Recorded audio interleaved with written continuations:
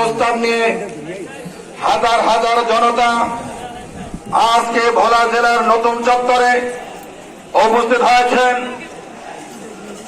আমাদের শায়খ মুর্শিদ পীর সাহেব চরমনাই এমন একজন আধ্যাত্মিক রাহবার, উনি শুধু একটা সুর বলে একটি জাতীয় ডাক দেয়, সারা বাংলাদেশের টেকনাফ থেকে তেতুলিয়া, রূপসা থেকে পাথুরিয়া পর্যন্ত লক্ষ লক্ষ মুজাহিদ, লক্ষ লক্ষ ছাত্র আন্দোলনের কর্মীরা, লক্ষ লক্ষ ইসলামী আন্দোলনের কর্মীরা জিহাদে অংশগ্রহণ করে জান দেওয়ার জন্য প্রস্তুত করেন। ঠিক আছে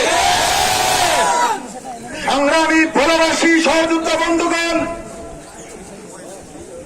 আমি আমার সোমবার দিন যেদিন বিজয় হয়েছে, আমি রাত্রে তাহাজ্জুদ নামাজ, সালাতুল হাজত নামাজ পড়েছি।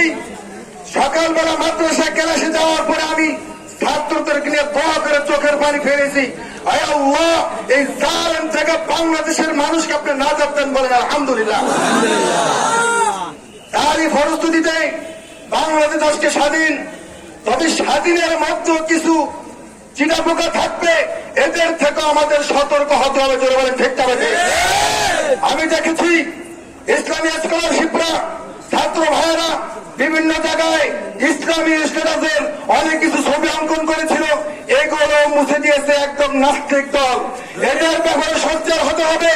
রাজাকার মুক্ত হয়েছে কিন্তু বাংলাদেশের নাস্তিক মুক্ত হয় নাই। ঠিক আছে, এই নাস্তিকদের বিরুদ্ধে সর্বদা অতন্ত্র প্রহরী নেয় কাজ করে তাদের বিরুদ্ধে আরেকটা জিহাদ ঘোষণা করে এই নাস্তিকদেরকে বাংলাদেশ থেকে বিতাড়িত করতেই হবে, করতেই হবে।